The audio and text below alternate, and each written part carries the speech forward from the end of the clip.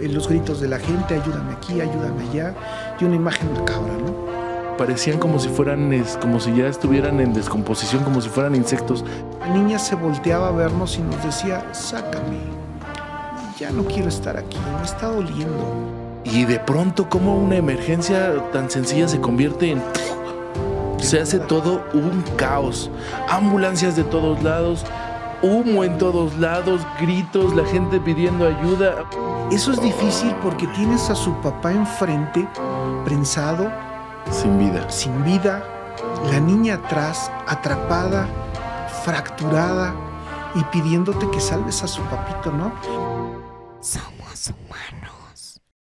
Bienvenidos a una nueva edición de Somos Humanos. Estoy muy emocionado y muy contento por el invitado de esta semana. De verdad es que también lo estuvimos planeando mucho y logramos que se coordinaran nuestras agendas. Sin más, vamos a iniciar. Muchas gracias. Quiero presentar al invitado de hoy, un gran amigo mío que conocí también gracias a esta profesión que, fíjate que el otro día, ahorita te platico. Voy a leer un poquito de la trayectoria de mi querido amigo Juan Carlos Tamayo.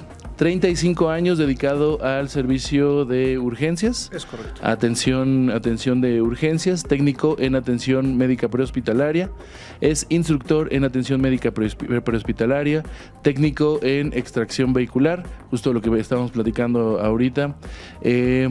Trabaja en la Unidad de Rescate de Seguridad Pública y Tránsito del Estado de México, el ERUM.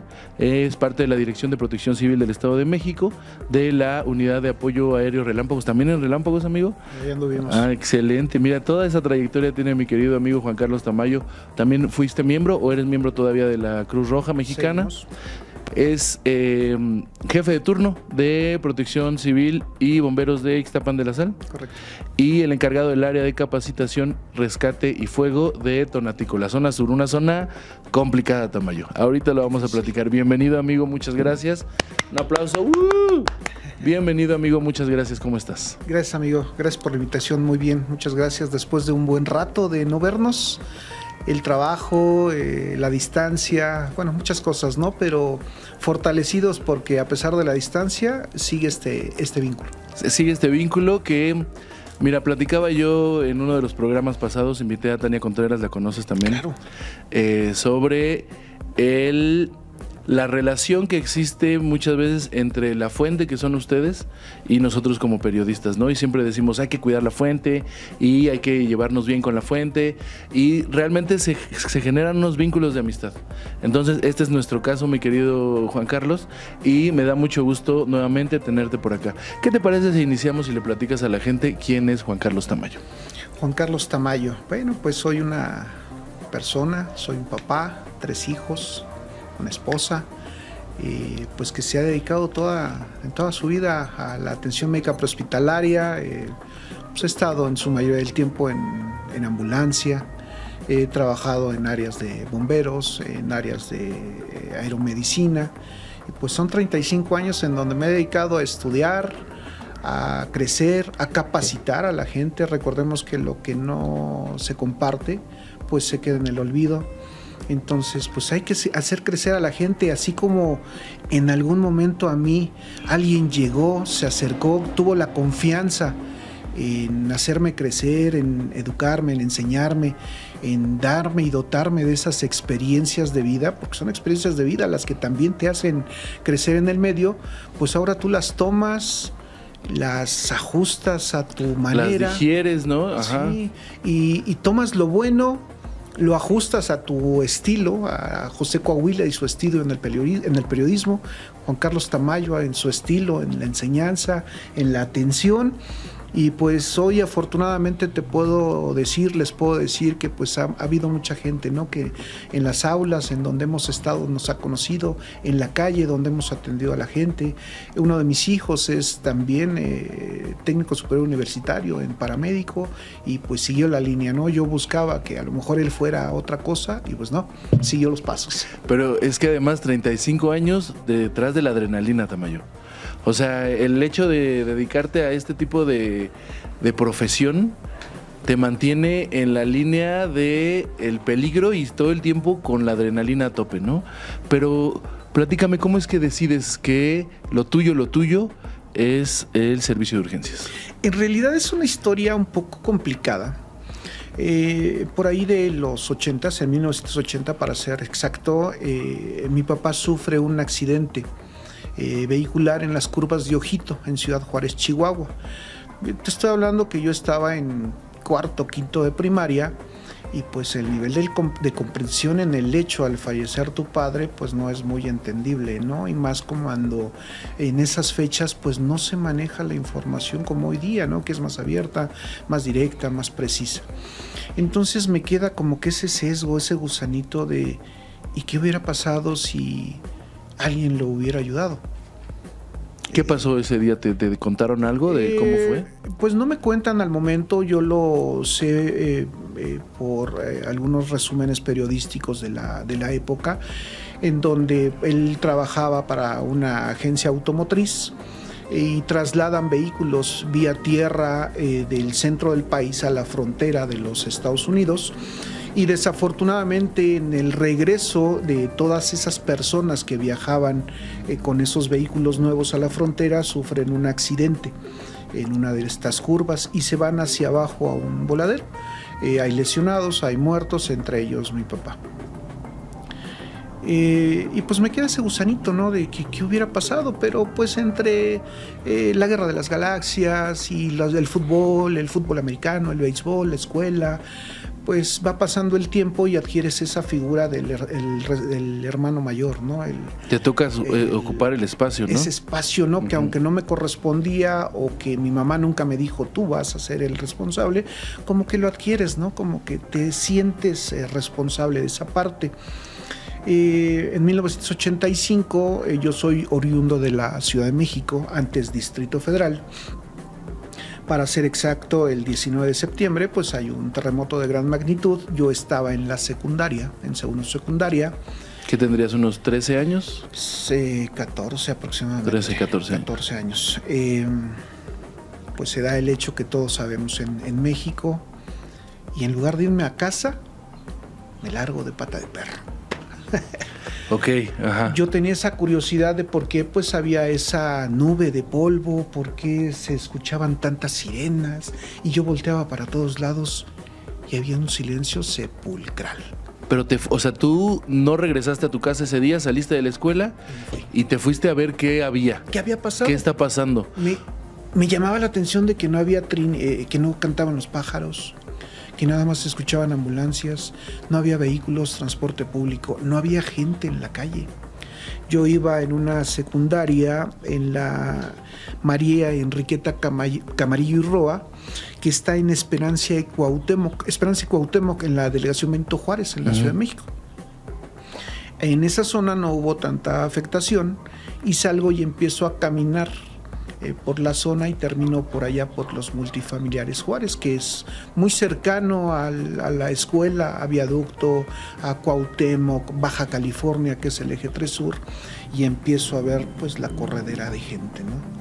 Empiezo a ver cómo pues hay trabajos de la gente civil, no estábamos preparados. Veo que la Cruz Roja Mexicana empieza a llegar con sus voluntarios, gente civil, con sus petos en color blanco y su escudo de la Cruz Roja, su Cruz Roja ahí pegada, ¿no? Y decía, qué padre. Pero pues yo seguía sin comprender porque yo no sabía y no podía hacer absolutamente nada, ¿no? Yo solamente veía. Entonces seguí caminando, estaba yo absorto, estaba... no entendía. ¿Entre el bullicio del o todo estaba en silencio cuando ibas caminando? Es que era una mezcla de sonidos. Era un silencio sepulcral en algunas partes, pero en otras a lo lejos escuchabas el aullar de las ambulancias, de las patrullas, el grito de algunas gentes corriendo, organizándose, vehículos con banderas acondicionadas con el escudo de la Cruz Roja y movían gente. Y entonces empecé a caminar y pasaron las horas. No es como hoy día, ¿no? Que traes un celular y te marcan y ¿dónde andas? Ajá. Yo llegué a casa alrededor de la 1:30 de la tarde. Me imagino que tu mamá, con todo el caos, estaba preocupadísima de que algo le hubiera pasado, te hubiera pasado algo en el sismo, ¿no? Sí, estaba muy preocupada por tres cosas. Una, pues todo lo que ella escuchaba en los medios noticiosos. La radio era la única manera de saber qué estaba pasando en ese momento, y era a cuentagotas la información porque no era precisa. En ese tiempo el eje 3 Sur, Baja California, estaba en obra, estaban metiendo la línea 9 del metro, la línea Café, que corre de Chabacano hacia Barranca del Muerto. Entonces todo el eje vial estaba abierto. Nosotros vivíamos sobre Baja California, me recuerdo muy bien el número, Baja California 114, entre Monterrey y Medellín, en la colonia Roma Sur. Estaba abierto.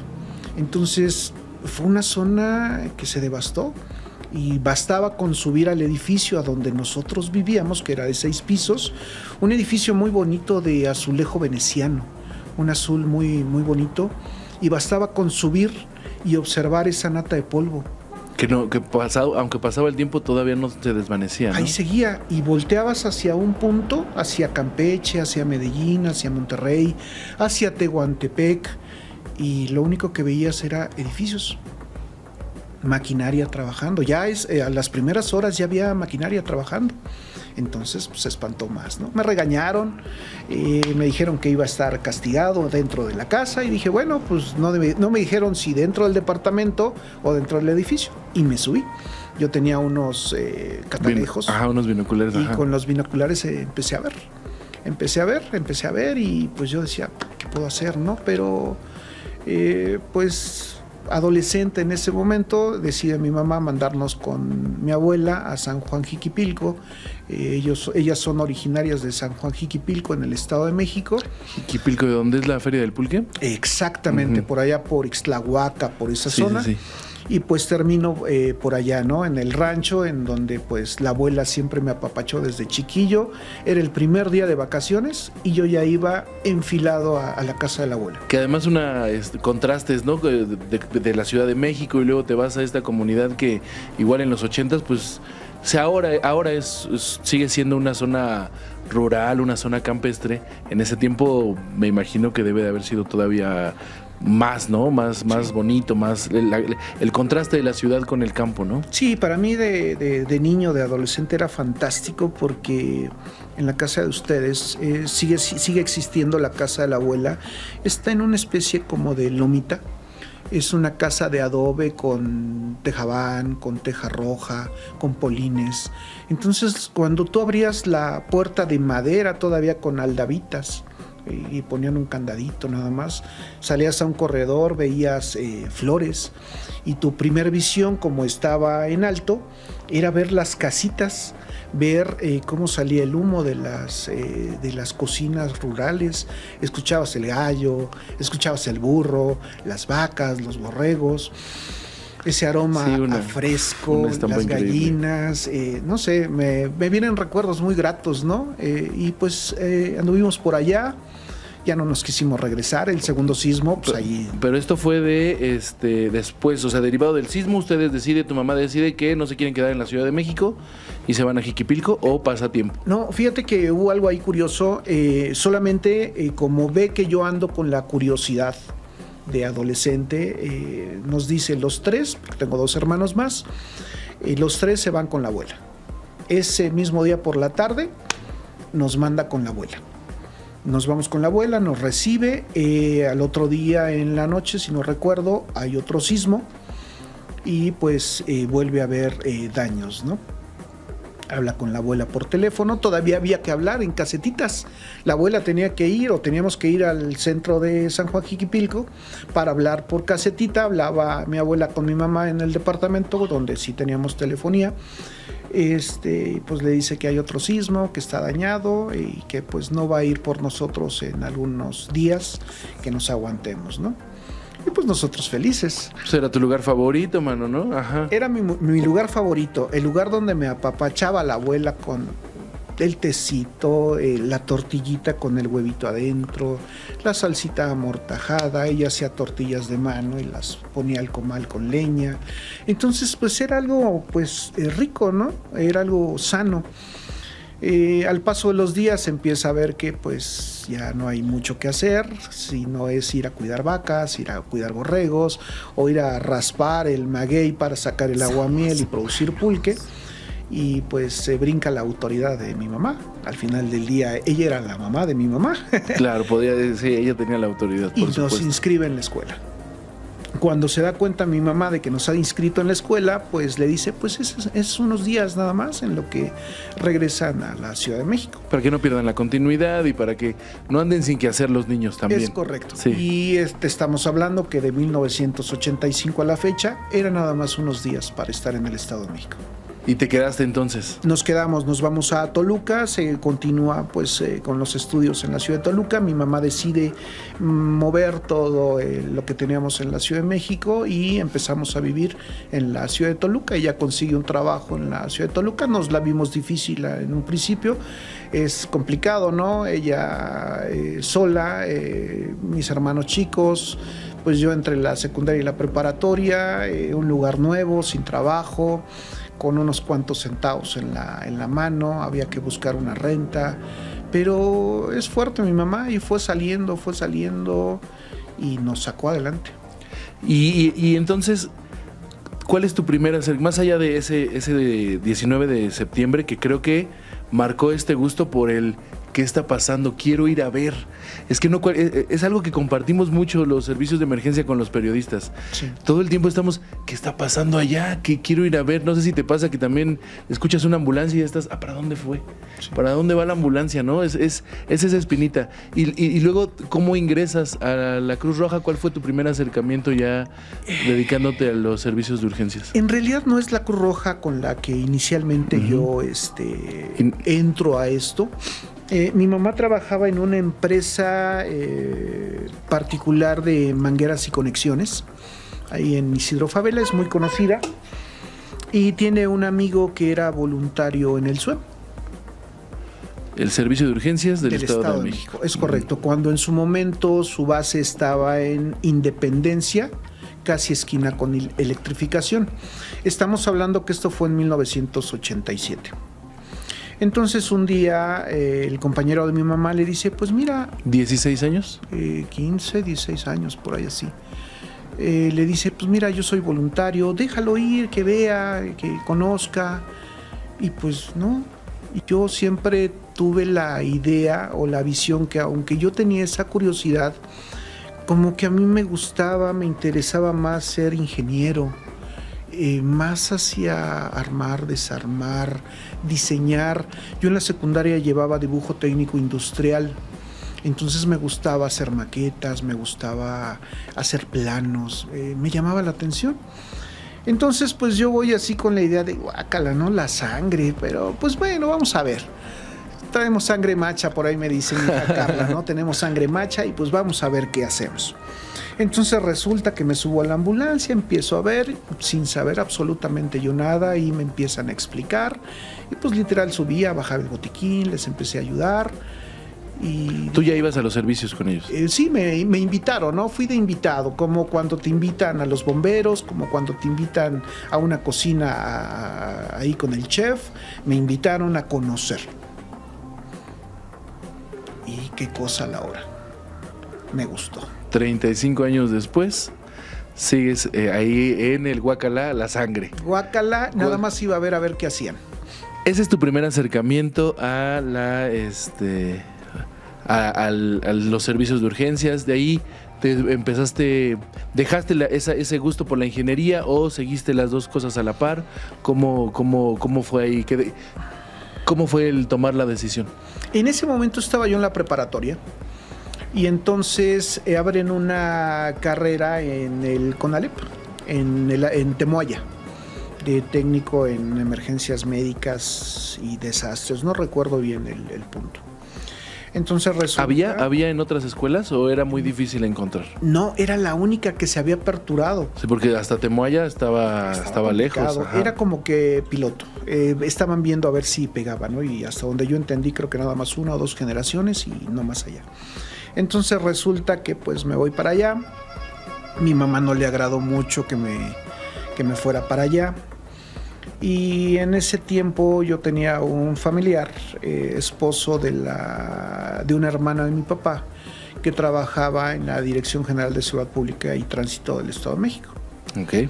Entonces, con esa disciplina militar que él tenía, porque en su momento estuvo en el ejército, era capitán retirado, decide acercarse a mí y decirme: ¿quieres perder el tiempo? ¿De voluntario no? Porque yo iba al SUEM como voluntario y estudiaba. Entonces me dijo: pues te tiene que costar, aquí es disciplina, aquí vas, te veo tal día en mi oficina. Yo no entendía de qué se trataba, ¿no? Él para mí siempre fue la figura paterna. Me disciplinó, platicaba conmigo, me veía como su hijo. Él ya falleció, él tiene 2 hijas, primas, ambas mías, y pues me tenía ahí como que el hijo adoptivo, ¿no? Me cita en su oficina y me dice: ven, acompáñame. Pues, ¿a dónde vamos?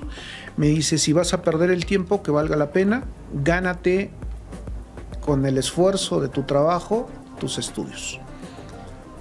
Y me lleva a la unidad de rescate de la Dirección General de Seguridad Pública y Tránsito del Estado de México, el UREM. Ellos, esa base estaba en Ignacio Pérez, entre Fidel Velázquez. ¿Por la fiscalía? Hay un edificio que nunca se echó a andar. ¿El del trébol? No. Ándale, los tréboles, algo así creo que se llama. Entonces ahí estaba la base de la unidad de rescate de la Policía del Estado y muy cerca de bomberos. Muy cerquita, ahí al lado, a la vueltita, están los famosos tacos de tránsito. Ándale, Y bueno, muy céntrico todo, ¿no? Me presenta con el comandante en su momento a cargo de la unidad, me presenta y pues le sugiere que si hay alguna posibilidad me permita ingresar. Y pues sí, me dan la oportunidad de ingresar. Ellos en la unidad de rescate tenían una academia en su momento dentro de la unidad de rescate y empiezo a tomar clases con ellos y me destacamentan en Valle de Bravo. ¿Pero a la par seguías en Temoaya o ya...? No, ya no, me regreso a la preparatoria. Okay. Porque ya no me daba para ir y venir, ¿no? Sí, claro. Me regreso a la preparatoria y me asignan a Valle de Bravo. Valle de Bravo, por ahí de los que es 90, entonces 89. 1989. Yo tenía 17 años, 11 meses y me dan el nombramiento para entrar a la unidad de rescate de la Policía del Estado de México. Órale. Sí, entonces estaba a un mes de cumplir la mayoría de edad cuando yo entro. Estamos hablando de 1989. Te vas a Valle de Bravo. Es correcto, me voy a Valle de Bravo. Estoy un tiempo por allá, pero ¿qué crees? Ya me acordé por qué me mandaron a Valle de Bravo. No sé si lo puedo contar. Claro, mira, si tú lo quieres contar, lo puedes contar, mano. Cuéntame la historia. A ver, a ver, ahí les va. A ver, cuéntanos, ¿por qué te mandan hasta Valle de Bravo, amigo? Platícamelo todo. Siempre he sido un poquito rebelde, inquieto. Y no me callo nada. No se queda uno callado. Sí, lo entiendo, sí lo entiendo. Mi boca me ha provocado muchos problemas, pero también muchas satisfacciones. Entonces, a mí me gusta jugar ajedrez. Un día me pongo a jugar ajedrez, me destacamentaron en Toluca, cuando entro en el 89, me destacamentan en Toluca y me pongo a jugar ajedrez con el mando. Con el mando, con el jefe. A mí nunca me explicaron que había que dejarse ganar. ¿Lo aprendiste a la mala? Lo aprendí a la mala, entonces resulta que hago un movimiento y me ordena X cosa que tenía que ir yo por ella. ¿Sí? Se cumple, jefe, y ahí voy corriendo, regreso, me siento, y pues cuando juegas en el ajedrez, pues tú te aprendes tus jugadas, las anteriores, las que vas a realizar, y tienes probabilidades de movimientos tanto del contrincante como lo que tú puedes hacer, ¿no? Es una estrategia. Y resulta que cuando voy a mover, esa pieza no era la correcta. Le digo, jefe, esta pieza no estaba aquí. ¿Me estás diciendo mentiroso? No, ajá. No, jefe, no le estoy diciendo mentiroso, pero es que esto no estaba así. Le pegó a la mesa, se levantó, se cayó el ajedrez y se fue. Al otro día ya había un oficio donde yo estaba destacamentado en Valle de Bravo. Y me mandaron a Valle de Bravo, estuve un tiempo por allá en la unidad de rescate. ¿Y sí estaba complicado en Valle de Bravo? Porque fue como castigo. Pues me mandaron como castigo, pero la verdad, pues lo disfruté porque no conocía Valle de Bravo, tenía 18 años, empecé a aprender cosas de los servicios urbanos dentro de un municipio muy pequeño, pero toda la parte rural, toda la parte subrural, suburbana, otro tipo de coberturas, otro tipo de accidentes, otras gentes. Me dio experiencia, estuve, y hasta eso no me duró mucho el gusto, estuve un ratito por ahí. Y también por castigo de otro compañero, me relevan, mandan al compañero a Valle de Bravo y me quitan el castigo, que para mí ya no era castigo. Entonces Valle de Bravo era castigo. Era Valle de Bravo, Tejupilco. Al menos fue Valle de Bravo. Al menos fue Valle de Bravo. Me gustaba Valle de Bravo. Porque Tejupilco, que un chorro de calor. Pues, eso sí. Me gusta el calor, me gustan las finas, el pan de Tejupilco. Me gusta el centro, los helados de Tejupilco, pero sí era un poquito complicada la zona. Pero ¿era la misma situación que actualmente preocupa en Tejupilco o la gente pues es más brava o cuál era la situación en esos años? Los tiempos cambian. La complejidad como la vemos hoy día en cada región es muy diferente a aquellas fechas. Pero esto no quita ese carácter fuerte, ese carácter de la gente de Tejupilco que defiende lo suyo, que se hace respetar y que pide respeto, ¿no? Para la gente que llega ahí. Y que además la gente de Tejupilco, al menos de la zona sur, qué gente, o sea, qué buen gente, son entregados y muy cariñosos. Y me tocó hace poco ir a dar un show a una escuela. Sí. Y a mí, después de la pandemia, ya me cuesta mucho trabajo como que el saludar de beso, la mano, como que me cuesta trabajo. Y yo llegué allá y todos me saludaban, me daban beso, me jalaban y abrazo. Y yo era algo que ya no hacía, ¿no? O sea, yo también siempre fui muy abrazón, pero me sorprendió mucho la forma tan calurosa en la que te apapacha la gente del sur. Entonces, sí, bastante triste por la situación, pero la gente del sur, qué bonita es. Qué bonita es. Y desafortunadamente Tejupilco lo conocí por el trabajo, pero también por una situación que le ocurrió a un compañero. Y es en donde descubrí que pues Tejupilco tenía esas dos facetas, ¿no? De esa gente calurosa, de esa gente amable, pero también que había conflictos, que había situaciones en donde uno de nuestros compañeros pues había terminado lesionado en una fiesta X y al calor de las copas por ahí algo ¿Pero pasó. en servicio no? No. Él acudió a una fiesta y al calor de las copas, en una discusión de terceros, él se cruzó sin deberla ni temerla y pues también le tocaron unos trancazos, ahí algo pasó y pues terminamos trasladándolo a Toluca, ¿no? Y desafortunadamente a mí me tocó atenderlo y traerlo en la atención, un gran amigo, a Licemín. ¿Sobrevivió todo? Pues no, desafortunadamente después de algunos días falleció nuestro compañero. Las lesiones eran graves que tenía en cráneo y pues no hubo oportunidad. Entonces es así como llegas a dedicarte a los servicios de emergencias, ¿no? Desde esta espinita de ¿qué está pasando allá? Quiero verlo de cerca, ¿no? También justamente platicábamos de el hecho de las cosas en común que tenemos como medios de comunicación, como periodistas, con los servicios de emergencias. Sí. El hecho de que nosotros también vamos hacia el lugar de donde la gente está huyendo, ¿no?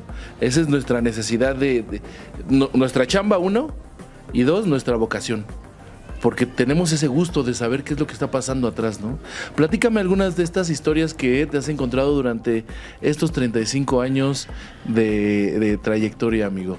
Creo que has volado Cuéntame una de esas, a ver, platícame, cuéntame una de esas, porque el hecho de pertenecer a Relámpagos también es algo que llama mucho la atención, ¿no? Es el estar atendiendo las emergencias en el aire. Tal vez la pregunta podría ser absurda, ¿no? ¿Qué diferencia hay? Pues uno es atención en tierra y el otro es ambulancia aérea, pero debe de haber algo también en particular que digas... Esto no se puede hacer cuando llegas en ambulancia, en una ambulancia o en una ambulancia aérea, ¿no? Platícame un poquito, cómo es esta vida de trabajar en una ambulancia aérea. Es complejo, es muy delicado y tiene sus bemoles. ¿Qué te aventaja un helicóptero? Lo que no hace una ambulancia por tierra, desplazamiento rápido. Evitas el tráfico, evitas partes sinuosas, trayectos muy largos, te permite estabilizar y mantener con vida a una persona hacia un centro de trauma, a un centro de especialidad, te permite transportar órganos, te permite llevar ayuda, porque por ejemplo muchos piensan que es trasladar al enfermo, trasladar al herido, un órgano para un trasplante, pero también hubo ocasiones, por ejemplo, en donde decían hay un autobús que se ha accidentado entre Tlalpujahua y Atlacomulco, y en ese momento no había equipo de rescate urbano, no funcionaban las famosas quijadas de la vida. ¿Qué pasó en ese momento? Llegó un equipo de rescate urbano al aeropuerto de Toluca, lo subimos al helicóptero y movimos al personal especialista en rescate urbano junto con el personal de Relámpagos al accidente de ese autobús. Entonces se agilizó el salvamento, el rescate, la liberación de las víctimas que se encontraban atrapadas o prensadas en ese hecho de tránsito, y se aprovechó el helicóptero para transportar a los o al paciente más grave en su momento. Ya después puede regresar por tierra al equipo de rescate. ¿Qué tan peligrosa es la atención de emergencias? Porque el hecho de que conduzcas en la ambulancia a una velocidad, o sea, tienes que ir súper atento. Tú manejabas ambulancia, ¿no? Sí, sí. ¿Qué necesitas para poder manejar una ambulancia? No sé si cualquier civil pudiera tener esa capacidad. Porque vas con el estrés de... Estás viendo lo que sucede aquí presente, el primer plano que tienes. Y además traes el estrés del piu, piu, piu, piu, piu. Y más allá el estrés cuando traes a alguien que corre la vida y que corre el riesgo de su vida y lo traes acá atrás y tienes que sortear todo el tráfico, recorrer las distancias a grandes velocidades. ¿Qué pasa? ¿Qué necesita alguien para poder manejar una ambulancia, amigo? Si te hablo de hace 20, 25 años, 30 años, se pensaba que era llegar rápido, subirlo rápido y llevarlo rápido al hospital. Había menos tecnología, menos capacitación, menos posibilidades de hacer más cosas en el lugar o durante el trayecto al hospital. Hoy día esto ha cambiado. Hoy la mentalidad del operador de vehículos de emergencia, del personal sanitario que atiende la emergencia en el lugar y durante el traslado, con el nivel de capacitación, con el nivel de equipamiento, ahora te obliga a no correr, porque en realidad sí necesitas desplazarte rápido a un centro hospitalario, pero con lo que tú sabes, con las habilidades que has adquirido y con lo que realizas a ese paciente, en ciertas circunstancias es mejor llevar una velocidad promedio y evitar que esa ambulancia se sacuda, brique, que ese paciente se sacuda de más, que el equipo se pueda caer, que los paramédicos se puedan lastimar. Permites intervenciones, accesos venosos, accesos en la vía aérea, toma de electrocardiogramas. Es totalmente diferente. Las ambulancias ya están equipadas para atender prácticamente cualquier situación y es un hospital, ¿no? Es un hospital móvil, me imagino. Pues si no un hospital móvil, sí entendamos que en las zonas urbanas ya tenemos equipo de alta especialidad, hay ambulancias que cuentan con el soporte vital avanzado, así como ambulancias de soporte vital básico que permiten la atención específica de pacientes en las zonas suburbanas, en las zonas rurales. También se cuenta con estos equipamientos, pero no en su mayoría con soporte vital avanzado, pero sí permiten atender adecuada y óptimamente a cualquier paciente. ¿Qué es lo más difícil, amigo, de atender las urgencias médicas? Los niños. Los niños. Los niños. Los niños es complejo por el hecho de ver a la personita ahí. Vulnerable, vulnerada por un hecho que no pidió, que no necesitaba estar involucrado o involucrada y que fue ocasionada por terceros en estado de ebriedad, sí, o por exceso de velocidad o por la imprudencia y la prisa de pasarse un semáforo en rojo. No pasa nada, y sí pasa. Y entonces cuando llegas a esas escenas y ves a un niño o una niña lesionados, un bebé, sí te parte el corazón, ¿no? Y tratas de hacer lo mejor posible, porque quien no es papá, pues a lo mejor no entiende en su totalidad esa parte, ¿no? Pero quien ya tenemos hijos, que ya pasamos por los pañales, por el biberón, por llevar a la escuela, todas esas etapas de los niños, y te cae en la cabeza, ¿no? Obvio, tienes que desconectar a la familia en el momento y tratar de resolver lo mejor posible el problema. Una anécdota muy rápida, si me lo permites. Claro, amigo, adelante. En un accidente en el tramo de Almoloya de Juárez hacia Sinacantepec, antes de la Cartonera, ahí por la entrada a la otra parte del rancho de Almoloya de Juárez, el Sutein, mucho antes. Choca por el basurero de Sinacantepec. Sí, de aquel lado, adelante de San Francisco Tlaxcala. Es correcto, es correcto. Choca una camioneta, como Aerostar, algo así, no recuerdo bien el modelo. Y desafortunadamente chocan contra la base de un letrero, de un señalamiento muy grande. Y el papá fallece y queda prensado. La mamá se lesionan dos hermanos, pero una de las niñas que venía atrás del papá queda prensada.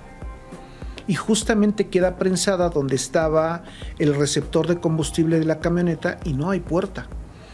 Y no había forma de sacar a la niña salvo hacer un hueco en ese costado y poderla liberar. Cuando ya abrimos esa parte o hicimos una puerta ahí en ese costado, la niña se volteaba a vernos y nos decía: sácame, ya no quiero estar aquí, me está doliendo, pero te pido un favor, que se venga mi papito conmigo. Entonces eso es difícil porque tienes a su papá enfrente, prensado, sin vida, la niña atrás, atrapada, fracturada, y pidiéndote que salves a su papito, ¿no? Pero que ya no quiere estar ahí tampoco, que le ayudes. Y sabes que no puedes hacer las cosas muy rápido porque requieres de precisión, de movimientos muy específicos para ir liberando, para ir rompiendo piezas, para ir separando, empezar a atender a la niña, poderla meter en una camilla, llevarla a la ambulancia. Y que todavía cuando cierras las puertas, porque ese día yo llevaba manejando la ambulancia, me diga: ¿y mi papito no se va a ir con nosotros? ¿Qué le dices? ¿Qué le dices? ¿Le mientes a una niña de 8 años? ¿Qué le dices? Le dije: permíteme tantito, me están hablando. Es que creo que hay otro problema de este lado. Quédate con mi compañero Pablo. Pablo en ese momento tenía muy poco de haber salido de la escuela. El buen Chajo de la Cruz Roja. Y pues también con el nudo en la garganta, ¿no? Recién salidito, recién estrenadito de la escuela. Sí. Y le tocan este tipo de servicios, ¿no? Entonces, pues cierras las puertas, respiras, te subes a tu ambulancia. Porque no puedes, te no vas. puedes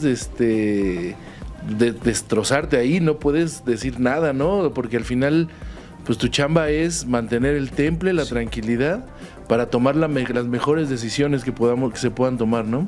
Y tampoco le puedes mentir a la niña, pero te quedas en medio de, ¿y qué le digo? ¿Qué es lo correcto? ¿Qué es lo correcto en ese momento? O si te corresponde a ti dar la información, Justo, dar la noticia, ¿no? Justo, ¿no? Entonces optas por la más sencilla, ¿no?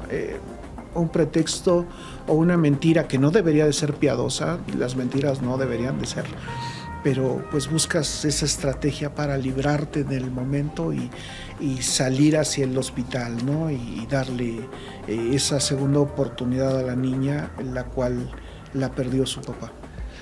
Quiero ver si tienes, o me cuentas una historia, amigo, sobre alguna clave 100. Para quienes no, a ver si estoy en lo correcto, amigo. Para quienes no estén relacionados con las claves de servicios de urgencias, si no me equivoco, la clave 100 es personal en peligro. Llamada general, personal en peligro. Personal sí. en peligro, ¿no?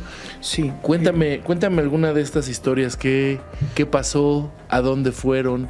¿Cómo lo resolvieron? ¿Qué sucedió? ¿Qué tienes por ahí? Pues son muchas. Vamos a ir a una no tan lejana. Desafortunadamente viene un autobús de la Universidad Nacional Autónoma de México pasando la Escondida. No recuerdo la Esa fue mi fecha. primer nota, amigo. 2000, por ahí así. 2000, si no, son los de la Facultad de Economía, ¿no? Es correcto. 2012. Por ahí así. Abril del 2012. Por ahí así. Sí, esa fue esa fue mi primer cobertura. Entonces resulta que yo estoy en la Cruz Roja de Toluca y tocan la chicharra. Y 3 chicharrazos, rin, rin, rin, es una emergencia mayor. Y ya sales. Y volteo y pues nada más éramos 2 ambulancias. ¿Ok? ¿Qué hay? Pues a la altura de la Escondida pasando... Kilómetro 40, no, 48 no. No 45 más 300, era algo así. Por ahí así. Uh-huh. Nos reportan que se vuelca un autobús y que hay muchos lesionados. Pues ahí voy. En el trasiego del tráfico, el desplazamiento, la ambulancia que sale en conjunto con la que yo llevaba, se empieza a atrasar un poquito. Y entonces, para mi fortuna o mala fortuna, pues me toca llegar primero. Fuiste la primera. La primera ambulancia en llegar. Y llevaba a 2, también una alumna y un recién egresado. Jesús, y no recuerdo el nombre de la alumna, recién egresados. Y otro compañero, el Bambi le dicen. Uh-huh. Jesús también se llama. Llevaba 2 Jesús ese día. Entonces llego, me estaciono, los gritos de la gente, ayúdame aquí, ayúdame allá, y una imagen macabra, ¿no? El camión estaba completamente volteado hacia un costado, ¿no? Y dentro y fuera teníamos problemas. Más adentro que afuera, pero a donde tú voltearas veías una cara de angustia o alguien que te levantaba las manos y te decía, aquí primero, aquí primero. Llega la segunda ambulancia, se bajan y todos nos quedamos así como que, ¿por dónde empezamos? Y pues tuvimos que empezar a realizar una selección rápida de pacientes, activamos muchas más ambulancias. ¿Cómo haces esa selección rápida? Pues rápidamente empezamos a ver quiénes en ese momento nos veían y nos podían levantar la mano, y aunque no nos contestaran o no se movieran, pues sabíamos que ahí había alguna posibilidad. Empezamos a ver quiénes no se movían y nos acercábamos para tratar de determinar si había signos o no había signos de vida, ¿no? ¿Cuántos muertos hubo ese día, te acuerdas? No recuerdo, pero sí fueron arriba de 8, sí. 8 o 10 muertos, no recuerdo. Es difícil trabajar 6 personas con 40 y tantas. Entonces tratamos de seleccionar lo mejor posible aquellos pacientes que eran candidatos inmediatos para la atención. Se empieza a dar la atención, llega la Cruz Roja de Lerma, llega la Cruz Roja de Metepec, llegan los servicios de urgencias del Estado de México, se activa el grupo Relámpagos y empezamos a trabajar. Hacemos un triage en la zona, hacemos un mini comando de incidentes y empezamos a determinar quiénes se van en qué ambulancia, hacia dónde se van y qué pacientes son los candidatos a ser aerotransportados. Y pues lo que ya no podíamos resolver, pues se quedó ahí ya para que el resolutivo fuera el servicio médico forense. Me acuerdo mucho de esa escena porque, si te acuerdas, el camión con el que chocaron era como un camión que transportaba semillas. Sí. Entonces, cuando levantan cuando estaban los cuerpos, levantan el camión, cuando ya estaban a rescatar, o sea, cuando levantaron el camión todavía había gente debajo de los escombros. Me acuerdo mucho de una, no sé si era hombre o mujer, con el cabello largo, levantan el camión y todas esas semillas que parecían como si fueran, como si ya estuvieran en descomposición, como si fueran insectos. Esa fue de las imágenes que hasta el momento han marcado mi vida, de mi primer cobertura. Sí. Ese día, amigo, estuvo muy fuerte ese accidente. Fíjate cómo vamos coincidiendo, ¿no? En lo que haces, en lo que hago, cómo lo coincidimos. No sé si recuerdes, y fue en ese periodo el mismo tramo, pero ahora en Amomolulco, cuando tenemos un accidente de un tráiler y después otro tráiler vuelve a chocar, pero lesiona periodistas. Sí, me acuerdo muy bien. También me tocó. Sí, y que llegó la Relámpagos, pues ahí nos encontramos. Es correcto. Ahí estaba ahí Jorge Mercado también, que se salvó de milagro. Es que brincó. El jefe Nolasco también se lesionó. Estaba lesionado. Sandra también que estaba, fíjate, o sea, estuvo tan fuerte que una compañera que cubría Nota Roja, la Sandra de Reforma, dejó la Nota Roja para siempre, güey. Así es, ya no quiso. Dejó la Nota Roja de lo fuerte que estuvo el impacto. Vamos a poner por ahí, a ver si en postproducción metemos el video para que vean el tamaño del accidente y todo lo que sucedió después, ¿no? O sea, de pronto estás en una cobertura en donde solamente se había volteado una camioneta con bolsas de diálisis, si no me equivoco. Estaban abanderando una patrulla de Coyoacaco, de Lerma, y de cobertura normal. O sea, no había más riesgo. Era un accidente, un choquecito. Fue en enero, me acuerdo bien, fue en enero. Y de pronto se empieza a escuchar... Ya platicaremos con el Gelas, que también estuvo ahí cuando sucedió eso. Sí. Que lo vamos a invitar también. Arturo Hernández, un fotógrafo, conoce a Arturo. Es correcto. Y de pronto, como una emergencia tan sencilla se convierte en... Se hace todo un caos. Ambulancias de todos lados, humo en todos lados, gritos, la gente pidiendo ayuda. A un señor... El tráiler, me acuerdo que el tráiler que chocó traía vigas de acero. Sí. Y una de las vigas le voló la pierna a un señor, o sea, estuvo muy, muy, muy cañón. Muy buenas tardes a todos nuestros seguidores de Gran Angular. Nos encontramos en este momento a la altura del municipio de Lerma, sobre la carretera México-Toluca en dirección a la capital mexiquense, en donde se reportó un accidente. Un camión volcó cargado de bolsas de diálisis. En lo que se estaba atendiendo esa emergencia, otro camión perdió el control y se impactó en contra de las personas que se encontraban aquí, las personas que se encontraban atendiendo esta emergencia. Vemos fuerte movilización de cuerpos de emergencia, vemos que elementos de la Cruz Roja, elementos de la Policía Federal, ya que pues se estaba atendiendo otra emergencia. Y desafortunadamente otro camión perdió el control y se impactó en contra de las unidades que estaban abanderando. Vamos a avanzar un poco. Elementos de la Policía Federal quienes están acordonando aquí el lugar. Si podemos observar, son varias las unidades. ¿Están bien? Varias las unidades de protección de Cruz Roja. Y desgraciadamente ahí tenemos a una persona que perdiera la vida a causa de este segundo accidente. Lamentable esta situación, ya que muchos policías se vieron afectados. Vemos ahí las unidades que se vieron siniestradas. Están sacando a uno de los lesionados.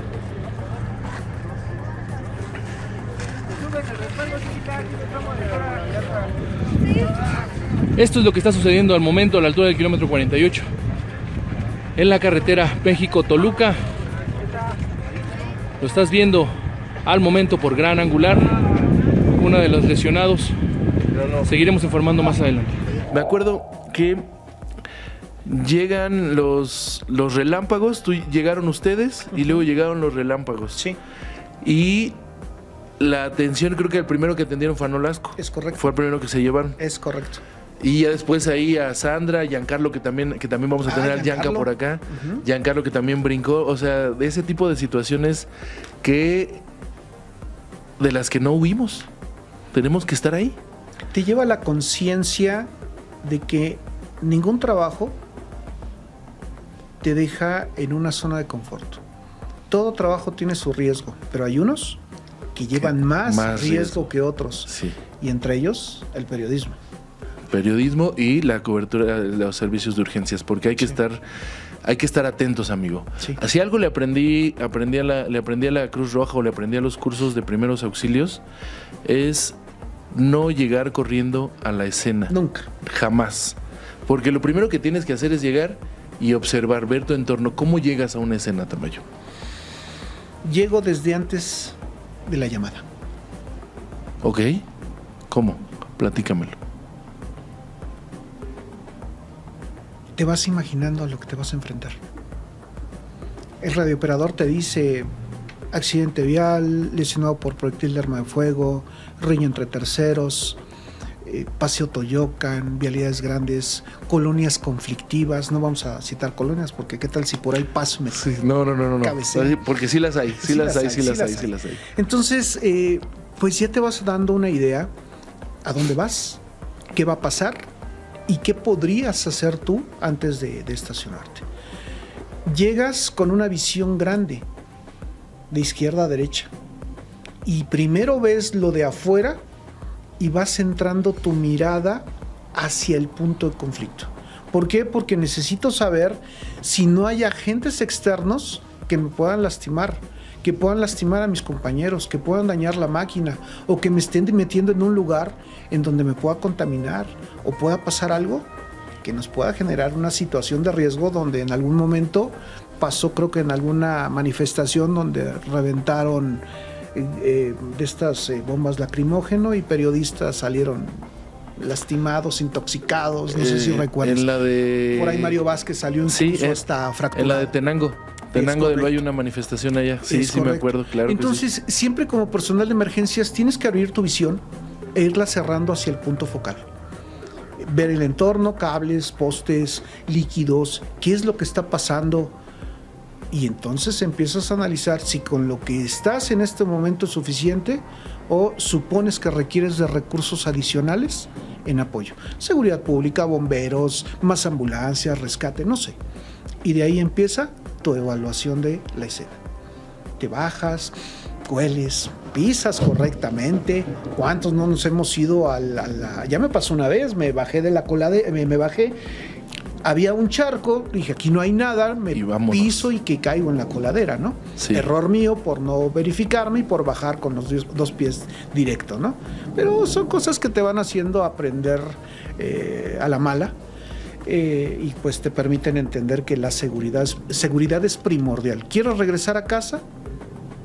Sentido común, responsabilidad total y seguridad en lo que haces. Sí, nosotros como reporteros siempre decimos, no seas la nota. Correcto. No seas la nota. Igual también a Jorge Mercado, y ojalá que lo tengamos por acá un día de estos. Que siempre termina siendo la nota del yoyo. O sea, siempre que una vez te acuerdas de un accidente en el Nevado por el volcán, que había, creo que un lesionado o dos lesionados, y uno de los lesionados era el reportero que se había ido a meter hasta se torció la pata y lo tuvieron que sacar y salió en el conteo de los lesionados, ¿no? Es correcto, sí. No, entonces, se convirtió en estadística. Eso es algo que al menos en lo personal no me gustaría hacer, estadística. Que sí he estado involucrado en accidentes viales en donde nos han chocado en la ambulancia, hemos estado parados, nos pegan. Son los riesgos normales que aunque tú abanderaste correctamente, hay una patrulla, hay conos, pero no falta el distraído que le pega a la ambulancia. Es que no toda la gente anda al 100. O respeta. Sí. Respeta, ¿no? Estamos en una sociedad que ya no respeta en su totalidad. Entonces, pues siempre tienes que andar con ese sentido arácnido por ahí. Los 5 sentidos al 100. Bien puestos, sí, claro. Oye, Ahorita estás estás en la zona sur del estado. Es correcto. Una zona complicada por la situación de seguridad. ¿Cómo es una cobertura o cómo es el servicio de atender servicio de urgencias en el sur del estado? ¿Qué riesgos hay y de qué hay que cuidarse? ¿Qué ha pasado? Platícame algo por ahí. Yo creo que los riesgos en todos lados existen. Y tú los incrementas o los mantienes a la raya. Sal, haz tu trabajo, dedícate a lo tuyo. No hablemos más de lo que estamos nosotros desarrollando. Investiga las lesiones, investiga el hecho, entrega en el hospital y sé parte de la sociedad. Perfil en donde eres alguien que va a ayudar, alguien que se va a involucrar con el pueblo, con la ciudadanía, con los hechos que están sucediendo ahí, ¿no? Y no pasa nada, aquí seguimos. También sucede esto en ciertos puntos, ¿no? Sí, en la zona en donde estamos, para entender y entrar en contexto, hay un hospital público que es el Hospital del Salitre en Ixtapan de la Sal, que le da cobertura a... Es del ISEM, ¿no? Es del ISEM, ahora IMSS Bienestar, le da cobertura a gente que viene de Morelos, que viene de Guerrero, que viene del Estado de México o que está en el Estado de México. Y tenemos zonas en donde tenemos mucho problema por organofosforados. Los agricultores, aquellos que se dedican a la plantación de flores. Villaguerrero, ¿no? Toda esa zona, una parte de Coatepec, la intoxicación por este tipo de organofosforados o de fertilizantes. Tenemos mucho problema con las motos. Las motos, se nos ha incrementado el índice de accidentabilidad muy disparado. No usan casco. 3, 4 personas arriba de una motocicleta. Y no solamente es de la región, creo que es a nivel nacional. Hechos de tránsito sí tenemos, pero como en todos lados, las enfermedades nos están rebasando. Y tenemos más pacientes clínicos, más pacientes con problemas de enfermedades que pacientes traumáticos. Sí tenemos lesionados por atropellamiento, no son muchos, pero los hay. Sí tenemos hechos de tránsito, accidentes vehiculares con lesionados, sí tenemos volcaduras, incendios casa-habitación, tenemos despachos de incendio de casa-habitación de seguido, pastizales. Bueno, esperemos esta temporada que viene esté tranquila. Desafortunadamente para México y para el Estado de México fue muy mala, muy mala. Este año estuvo increíble, ¿no? O sea, muchísimas... ¿Muertos? Sí. Muertos. Y muchísimo incendio, muchísimo, así que se veía todo el Valle de Toluca contaminado también de todo el humo. ¿Cuándo fue? Que pues sí, pues, temporada de estiaje, que era marzo. Por ahí marzo, abril. Marzo-abril. Muy cañón, todo Ixtapan de la Sal, también el Autocoatepec. Coatepec le pegó durísimo, Villaguerrero le pegó durísimo. Tenemos mucha chamba en ese sentido. Tenemos ataque por arácnidos, viuda negra, por alacrán. Pero yo creo que es propio, ¿no?, de la región. Cada región tiene lo suyo. En este sentido, pues creo yo que más este tipo de situaciones que les comento, pues la chamba normal. Lo de todos los días. Lo de todos los días, lo de hace 35, 36, 37 años. Muy interesante, de verdad, todas estas historias.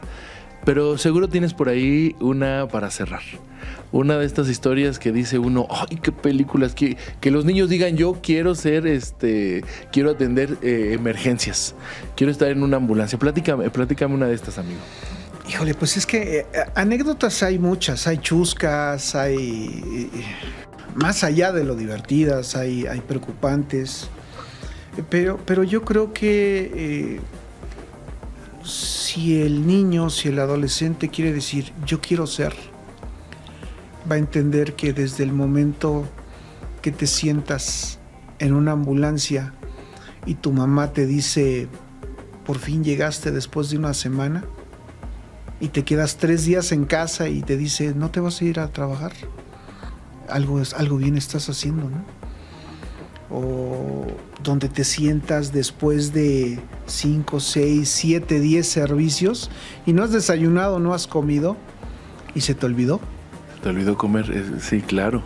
Te sientas, ya sabes, el quilazo de pastor, el quilazo de cochinita pibil, de carnitas, se te está haciendo agua a la boca porque agarras la carne, la pones a tu tortilla, le exprimes ese limón, le pones la salsa, ves cómo las gotitas de limón van cayendo poco a poco y justamente cuando le vas a mover sientes como la saliva y suena la chicharra. Trin, trin, Rin, 3 veces. rin, rin. Y dices, otro. Y cuando volteas, ya todos se echaron a correr, sueltas el taco y o te regresas, le muerdes y vámonos masticando. ¿No? Llegas a ese servicio donde, ¿para esto me llamaron? Un choque, sí, múltiples lesionados, pero eran gallinas. ¿Cómo fue esa? ¿Dónde Eran fue? puerquitos. A ver, platícame. Toluca, Palmillas. Ajá. Resulta que sale una camioneta con gallinas ahí a la altura de Palmillas, de lo que era el ex aeropuerto, ahora es el mercado de la aviación Autopan. Sale la camioneta, viene un tráiler con puercos y ambos chocan. Gallinas y puercos. Gallinas contra puercos. Entonces ya te imaginarás la desplumadera, corriendo gallinas por un lado, puercos chillando por el otro. Sí había lesionados y llevábamos por ahí a alguien nuevo. En su momento hoy es un aditamento que empezó a estar en desuso, sí se utiliza pero en menor proporción, que es la férula espinal larga. Antes le llamábamos tabla rígida, valga la redundancia de la palabra, ¿no? Pero ¿cuál es? Ah, la camilla larga. La naranja, espinal, ¿no? Ajá. Ajá, antes eran de madera. Entonces vamos a extraer al paciente y le decimos al chico nuevo, tráeme la tabla. Se nos queda viendo y se va. Y se tarda 1 minuto, 2 minutos. Ya habíamos colocado el collarín, ya habíamos checado lesiones y no regresaba. ¡Ey, X, la tabla! Ahí voy, es que no la encontraba. Y nos quedamos viendo como que, ¿y la tabla? ¿Cómo si que no le...? Ahí viene. Nada más abres las puertas, la jalas y me la traes. ¿Cómo le echaste? No, sí le eché, ¿no? Pues bueno, resulta que nuestro flamante amigo llegó con la tabla. Pero sí, con la tabla de fraps, con la tabla de partes, en donde nosotros escriturábamos la atención de los pacientes. Claro. Entonces él, pues de nuevo, no le especificamos qué tabla. Y llegó con la tabla de los partes, ¿no? Y nosotros que, amigo, antes no te gritó de lejos, ¿cuál? ¿La del 7, la del 6? ¿Qué tabla quieres? Nada más le faltaba eso, ¿no? Ya se resolvió, ya alguien más fue por la camilla que requeríamos, extrajimos al paciente, lo subimos a la ambulancia y nos fuimos, ¿no? Y es una anécdota de ronda de los taquitos de las 2 de la mañana, las patoaventuras, el radiopasillo, y así como esa, te puedo contar muchas. Muchísimas. Mi querido Juan Carlos, me da mucho gusto tenerte aquí, de verdad estoy muy emocionado y agradecido porque te hayas tomado el tiempo para acompañarnos en este proyectito. ¿Algo que quieras agregar, amigo, que creas que se me está pasando? Nada, yo creo que agradecerte el reencuentro. Yo podría decir que el reencuentro porque ya tenía un rato que no... Varios años. No nos veíamos. Sí. Coincidimos por teléfono, el WhatsApp, la videollamada, detallitos, ¿no? Pero no ese acercamiento, ese el volver a estrechar la mano, platicar y disfrutar de anécdotas, ¿no? De no un año, desde hace muchísimos años. Gracias, amigo, por ayudarme a recordar vivencias, gracias por permitirme volverte a recordar lo que hemos pasado y que pues alguien más que en algún momento se pueda inspirar para que pueda hacer lo que yo con gusto y muchísimos de nosotros hacemos, que es ayudar a quien en ese momento necesita de algo o de alguien que comprenda su situación. Humanizarnos, ser humanos con los humanos. Humanos, exactamente. Correcto. Sensibilizarnos. Yo creo que con eso nos vamos, muchas gracias. Iba a ser el comercial, pero mira, se va muy bien. Esto fue Somos Humanos, nos vemos en la siguiente edición. Muchas gracias.